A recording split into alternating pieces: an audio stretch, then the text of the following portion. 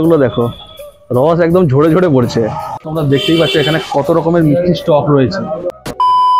বন্ধুরা, সকাল থেকে তো আজকে অবিরাম বৃষ্টি হয়েই যাচ্ছে, আর এই বৃষ্টির ওয়েদারে একটু গরম গোল্লা খেতে ইচ্ছে করলো।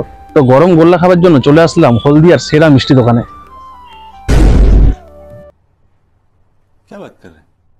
তোমরা দেখতেই পাচ্ছ এখানে কত রকমের মিষ্টি স্টক রয়েছে।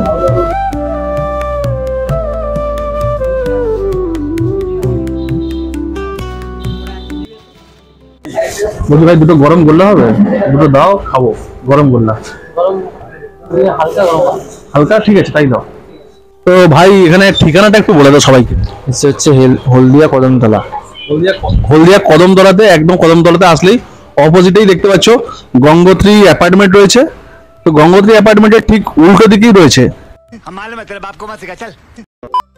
তো বন্ধুরা, আমাদের হাতে গরম গরম গোল্লাগুলো এসে গেছে। ভাই, এগুলো কত করে দাম আছে? 10 টাকা পিস দাম আছে। তো বন্ধুরা, তোমরা গোল্লার সাইজ গুলো দেখতেই পাচ্ছ, এক একটা সাইজ দেখো।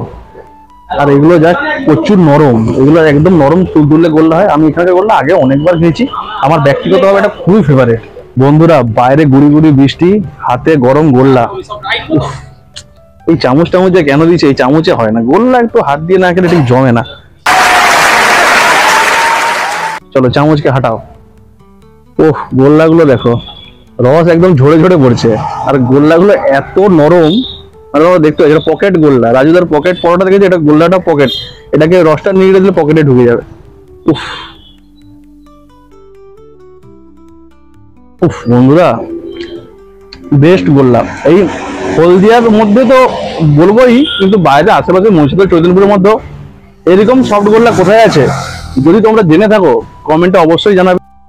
যারা এখানকার গোল্লা আগে ট্রাই করেছো তারা কমেন্টে অবশ্যই আই লাভ হলদিয়া লিখতে ভুলবে না।